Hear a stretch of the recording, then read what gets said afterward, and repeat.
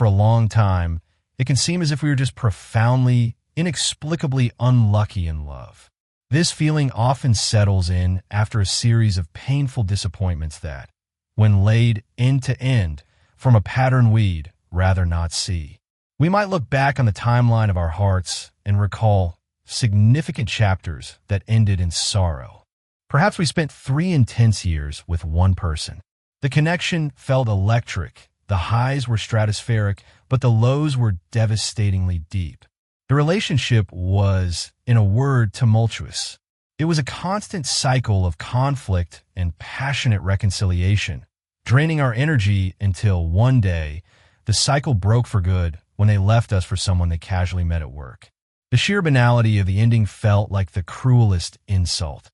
Then, hoping for something different, something calmer, we found another partner. The start was so promising, filled with thoughtful conversations and the gentle unfolding of a shared future. But as the months went by, a chill entered the air. They turned out to be rather cold and disdainful, subtly critical of our friends, our passions, and eventually our very nature. The warmth we thought we had found was just a temporary mirage. And then there was our most recent attempt. This was a friend, a connection that felt softer and safer. They were undoubtedly tender in parts, capable of moments of profound sweetness and understanding. Yet, they could never be wholly present in or committed to the relationship. Their body was there, but their mind, their heart, seemed to be perpetually somewhere else, locked away in a fortress of past hurts or future anxieties we were never allowed to visit. All of this can seem like a series of random, unfortunate accidents, a terrible run of cosmic bad luck. We might tell ourselves, I just have bad taste, or all the good ones are taken. We frame ourselves as the victims of fate because that narrative, while painful, is simpler than the alternative. But very slowly, perhaps prompted by a quiet, persistent observation from a kind and clever friend, or during a moment of clarity in a psychotherapist's office, we may grow better able to look past the individual stories and begin to study our own patterns. A difficult, unsettling truth may begin to emerge. Whatever we tell ourselves, it may be that we have, for a long time, been the common denominator. We have been unconsciously seeking out and picking characters who we must, somewhere deep inside us, know will not allow matters to truly flourish. We may have been studiously and ingeniously avoiding a deeply troubling possibility, a stable, available, and reciprocated love. Why would anyone do this? Why would we run from the very thing we claim to want the most? The answer often lies buried deep in our personal history.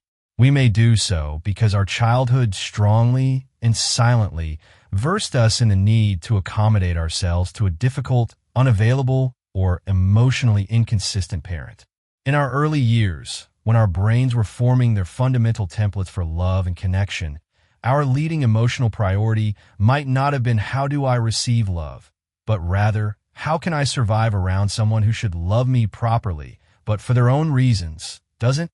And even more importantly, the child's mind asks, how can I ensure that I'm not even aware of my own deprivation? Because acknowledging it would be too devastating to bear. When they have no alternative but to endure, children develop a highly disturbing yet necessary facility to either overlook or to creatively reconfigure the sources of their own neglect.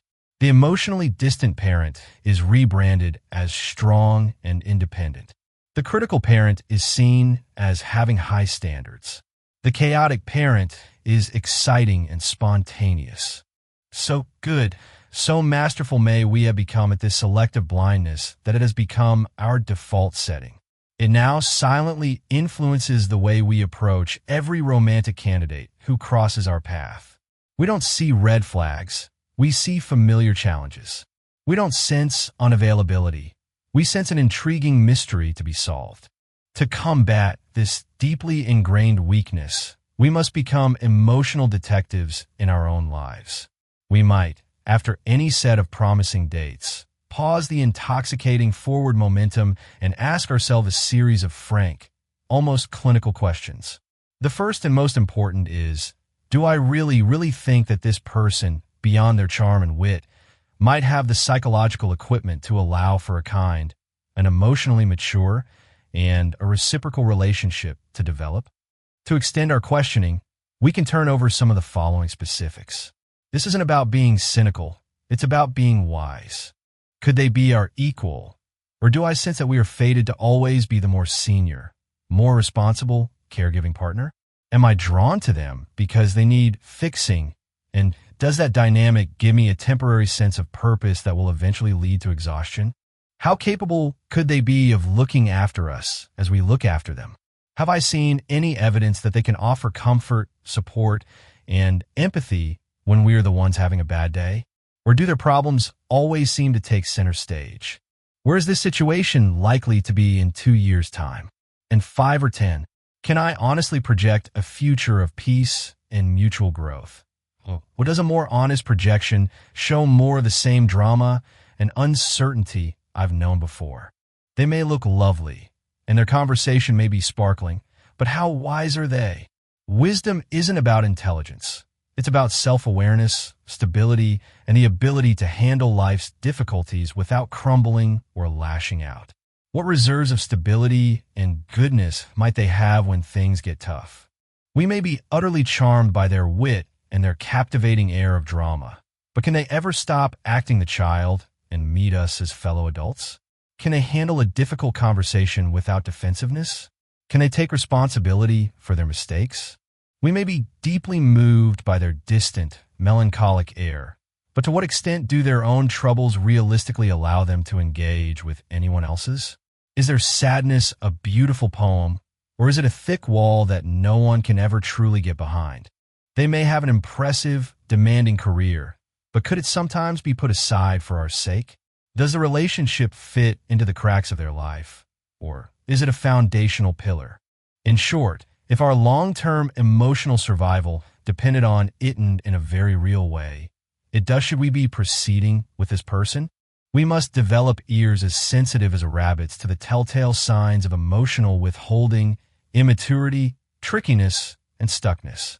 We must learn to listen not just to what people say, but to what their patterns of behavior are telling us. These are the sort of finely tuned ears that emotionally healthy people seem to acquire without even noticing. Gradually, through this conscious practice, we can learn to do what we always claimed we were doing. Looking for love, not ecstatic torment, not fascinating indifference, not exhausting evasion, and not the bittersweet, addictive pain of abandonment. We should take immense pride in flexing our newly discovered, can this person maturely love me? Muscle, and bringing it to bear on anyone who comes our way. It is an act of profound self-respect. Nurturing this faculty may be one of the most important things we are ever kind enough to ourselves to do. And when we commit to this path, a remarkable shift begins to occur. The chaotic emotional storms we once navigated with a strange sense of expertise begin to calm. They are replaced by the sight of a quiet, steady shore. And one day we find someone. We are drawn to them not because they present a familiar puzzle of unavailability to solve, but because their presence feels simply like coming home. Love, we finally discover in our bones, isn't a battlefield for validation, but a safe harbor built for two whole individuals. It is found in the easy, uncomplicated laughter over a shared meal. It's in the comfortable, shared silence on a long drive. It's in the profoundly comforting knowledge that someone has our back, just as we have theirs, without question and without a ledger of debts. This is the reciprocated love we once unconsciously fled from, and we find, to our astonishment, that instead of being terrifying or boring, it is the most profoundly peaceful, liberating, and fortifying force in the world. It is the love we were always worthy of, a love we finally learned how to let in.